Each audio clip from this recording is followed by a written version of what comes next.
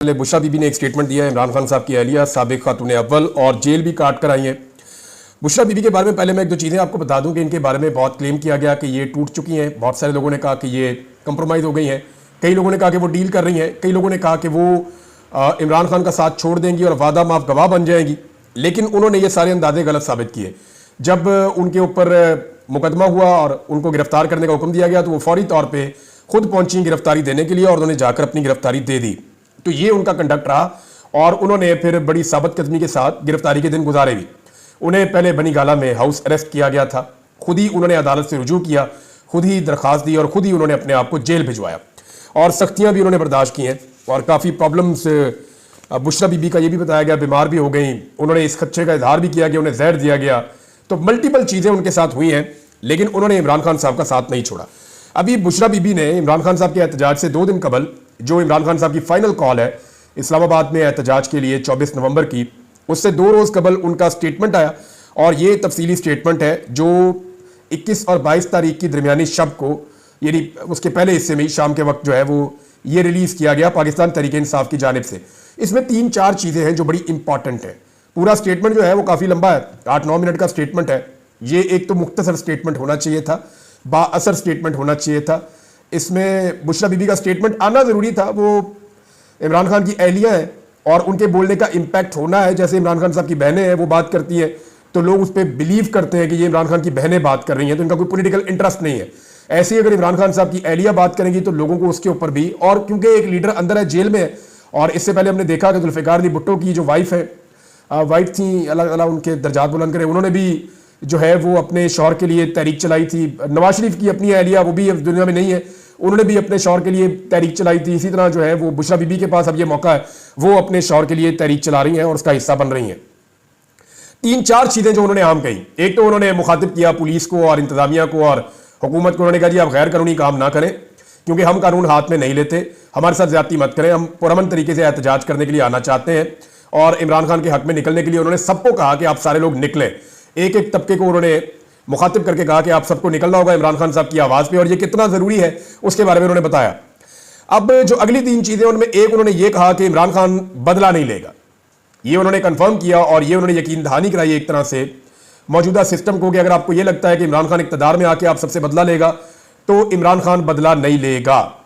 अब इसमें जो है वो चंद सवालात हैं। अरशद शरीफ की फैमिली को तो बदला चाहिए, और इमरान खान साहब बारहा ये कह चुके हैं कि मैं अपनी ज़ात के लिए बदला नहीं लूंगा, यानी जो मेरे साथ आपने किया उसके लिए बदला नहीं लूंगा, लेकिन जो इस मुल्क के साथ, इस मुल्क के शहरियों के साथ और आम पाकिस्तानियों के साथ हुआ वो कानून के मुताबिक इंसाफ होगा। यानी लोगों को जवाब तो देना पड़ेगा ना, जब तक, यानी ये तो फिर एक तरह की डील हो जाएगी। अगर इमरान खान भी वही करते हैं जो नवाज शरीफ ने कहा, ठीक है जी मुझे इक़्तिदार दे दें, मैं किसी को कुछ नहीं कहूंगा, तो ये नहीं होना। यहाँ पे बदला ना लेने का मतलब जो मुझे समझ आया वो ये है कि अपनी जात, मेरे ऊपर जो आपने कीचड़ उछाला या मेरे साथ जो आपने ज्यादती की, मैं उसको भुला सकता हूं, लेकिन जो पाकिस्तान के साथ, जो पाकिस्तानियों के साथ हुआ, वहां तो रूल ऑफ लॉ होगा।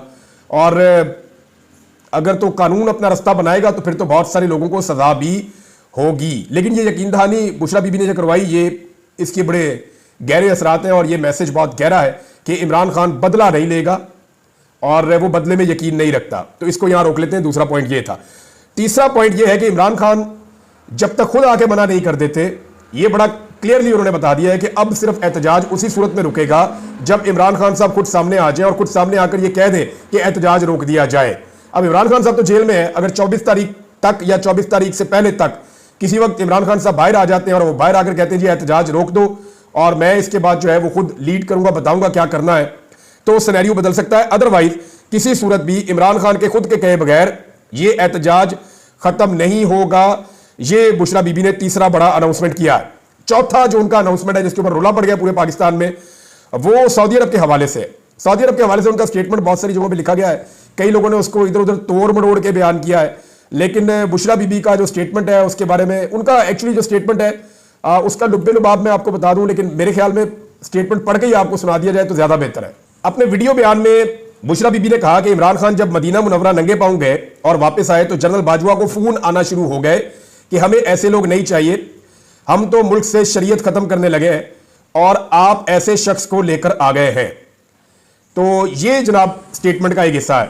फिर उन्होंने ये भी कहा कि ये बातें गलत हैं तो बाजवा से पूछा जा सकता है, और उन्होंने ये भी बताया कि इसके बाद मेरे खिलाफ प्रोपेगेंडा शुरू हो गया हम पर गंद उछालना शुरू कर दिया गया, मेरे खिलाफ बातें की गई और इमरान खान साहब को यहूदी एजेंट भी कहा गया।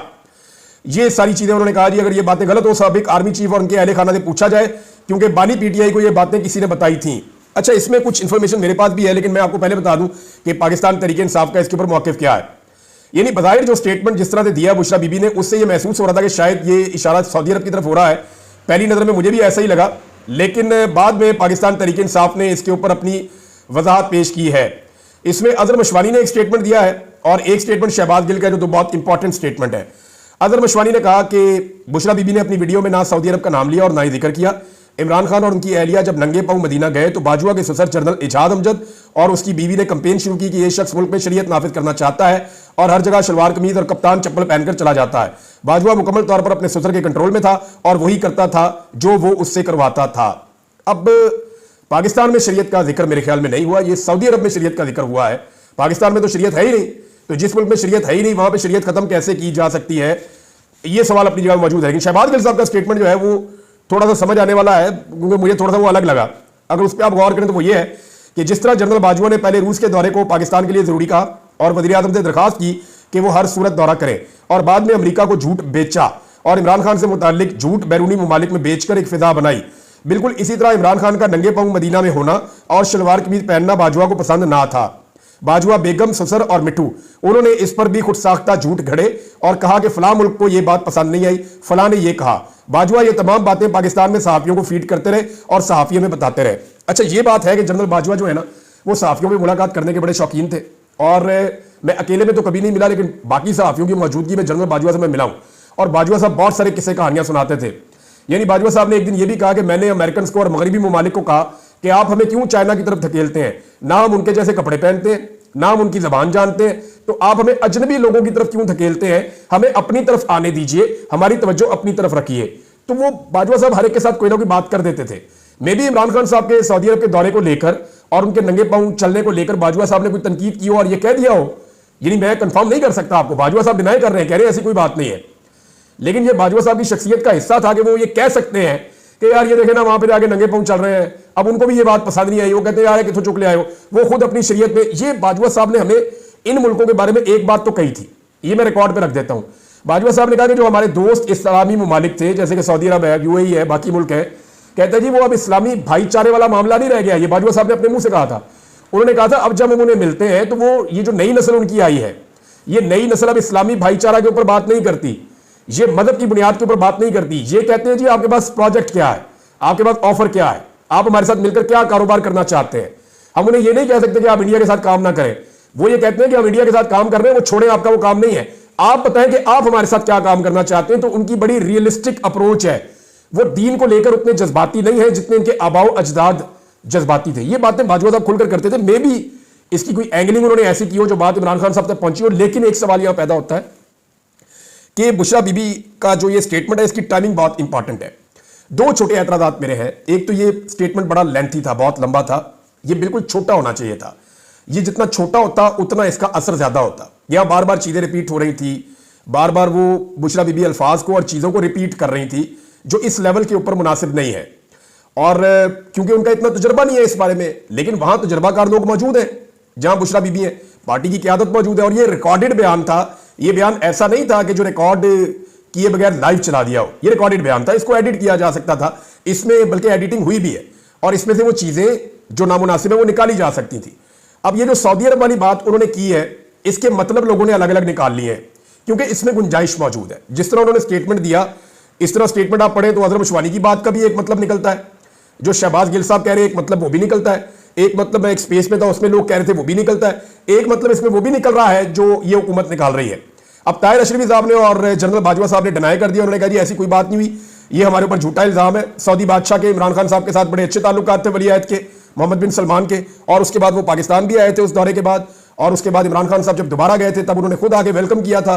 तो ये शानदार ताल्लुकात थे। तो इधर से ये भी पता चलता है कि शायद ये बात ठीक है कि सऊदी अरब को ये ब्लेम नहीं किया बुशरा बीबी ने, ये ब्लेम शायद वो किसी और तरफ करना चाह रही हैं और वो उनकी तरफ से क्लैरिटी आ जाएगी तो चीज़ें और ज़्यादा क्लियर हो जाएंगी। बहरहाल ये जो लोग वहाँ बैठे हुए थे, जो तजर्बाकार है, जिनको सियासत का और सोशल मीडिया का पता है, उन्हें चाहिए था कि इसको अपलोड करने से पहले एक दफ़ा थारोली चेक कर लेते, क्योंकि देखें ना एक बड़ा ज़बरदस्त शायर का शेर है कि जो मुखालिफ हवा के चलते हैं पांव अपने जमा के चलते हैं। जब सारी हवा आपके खिलाफ चल रही हो ना तो फिर आपको फूंक फूंक के पांव रखने पड़ते हैं, फिर आपको एक एक जुमले को तोल के बोलना पड़ता है, और रिकॉर्डेड जुमले में आपके पास गुंजाइश होती है कि आप ये चीज निकाल दें और ये चीज रहने दें। ओवरऑल इसका इंपैक्ट अच्छा है। पाकिस्तान तहरीक इंसाफ के लिए बड़ा जबरदस्त इंपैक्ट लेकर आया है और तहरीक इंसाफ के अंदर बड़ी एनर्जी आई है उनके स्टेटमेंट के बाद। और पहले इमरान खान साहब की बहनें इस पर बात कर रही थी, अब उनकी एहलिया भी बात कर रही है, तो ये सूरत हाल के अंदर पाकिस्तान तहरीक इंसाफ को तो फायदा ही हुआ। दूसरा जनाब इसमें यह है कि इस्लामाबाद हाई कोर्ट ने मना कर दिया है इस्लामाबाद में एहतजाज करने से। एक तो पहले इस्लामाबाद हाई कोर्ट ने कहा जी आप मुज़ाकरात कर लें, आपस में बातचीत कर लें, और उसके बाद अब इस्लामाबाद हाई कोर्ट ने बाकायदा मना कर दिया है कि इस्लामाबाद में एहतजाज या धरने की इजाजत नहीं दी जा सकती, क्योंकि हुकूमत ने एक नया कानून बनाया हुआ है। अब मामला यह है कि जो नया कानून हुकूमत ने बनाया हुआ है वो आईने पाकिस्तान से मुतसादिम है।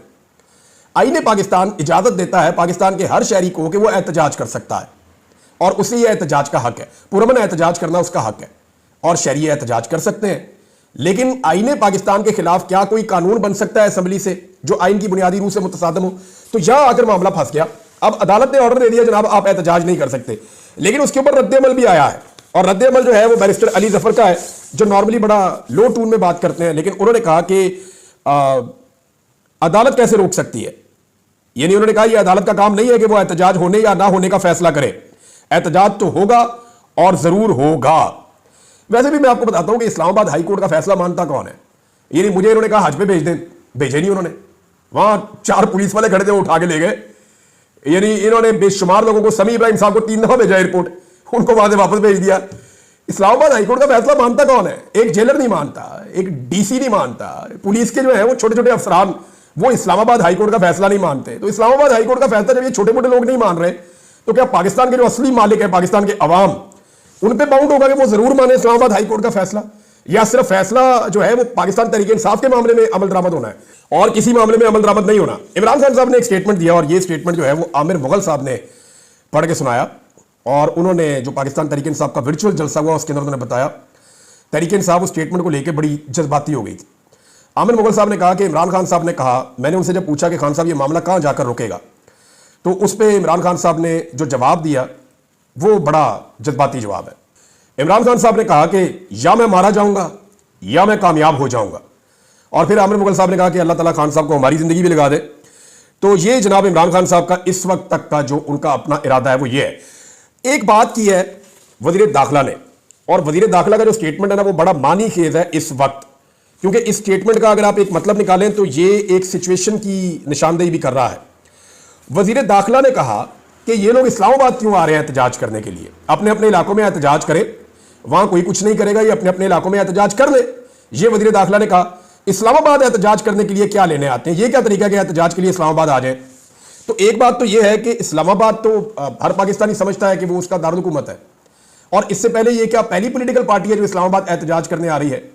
अभी कुछ अर्सा पहले तरीके बैक वाले आए थे, जमात इस्लामी ने एहतजाज किया, फजलुर रहमान साहब लॉन्ग मार्च धरना लेकर आए थे, PMLN लेकर आई थी, पीपल्स पार्टी लॉन्ग मार्च और धरना लेकर आई थी। इस्लामाबाद में पॉलिटिकल एक्टिविटीज की एक लंबी तारीख है जो चलती चली जा रही है। अब पाकिस्तान तहरीक इंसाफ के लिए क्या कोई अलग दारुल हुकूमत है जहां के वो जाके एहतजाज करें? अब इसमें उन्होंने कहा अपने अपने इलाकों में एहतजाज करें, हम नहीं रोकते। अब फर्ज करें अगर पाकिस्तान तहरीक इंसाफ का बड़ा काफिला जो खैबर पख्तूनख्वा से निकलता है और मुख्तलिफ काफिले मिलकर एक बहुत बड़ा सैलाब बन जाता है और वो अपनी सरहद के अंदर ही बैठ जाते हैं, यानी पंजाब और खैबर पख्तूनख्वा की सरहद पर बैठ के ये मुतालबा करते हैं कि रुकावटें हटाओ, हम इस्लामाबाद आकर एहतजाज करना चाहते हैं, तो वो तो अपनी टेरिटरी के अंदर बैठे हुए हैं और वहां पे खैबर पख्तूनख्वा की असेंबली का इजलास चल रहा है। जब तक किसी असेंबली का इजलास चल रहा हो तब तक उस सूबे में गवर्नर राज नहीं लगाया जा सकता, लिहाजा गवर्नर राज तो लगाया नहीं जा सकता, वजीर आला अली अमीन गंडापुरी रहेगा। और अगर वो आकर स्वाबी में बैठ जाते हैं और सारे खैबर पख्तूनख्वा और पंजाब से लोगों को बुलाते हैं और बहुत बड़ी तादाद में इकट्ठे हो जाते हैं और ये डिमांड करते हैं जनाब हम लड़ना नहीं चाहते आपसे, आप ये रुकावटें खुद ही हटाएं, रस्ते खोलें, हम इस्लामाबाद आना चाह रहे हैं। अब हुकूमत ने इस्लामाबाद को बंद कर दिया, आज जुमे का दिन है, आज से वो बंद करना शुरू हो जाएंगे, जुमे के बाद से हफ्ता भी बंद, एतवार भी बंद।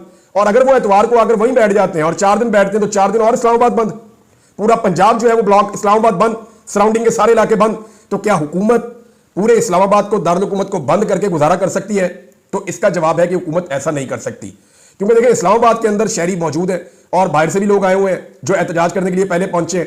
तो अंदर बार बार लोग निकलेंगे, एहतजाज करेंगे, एक सिचुएशन इस्लामाबाद में और रावलपिंडी में बनी रहेगी और अगर खैबर पख्तूनख्वा से आने वाला काफिला सरहद पे बैठ जाता है और वो ये कहता है कि जनाब आप खुद ही रुकावटें हटा दें, हम लड़ना नहीं चाहते, हम इस्लामाबाद में जाएंगे, और अगर वो 10 दिन भी वहां बैठे रहे तो उन्हें क्या फर्क पड़ता है?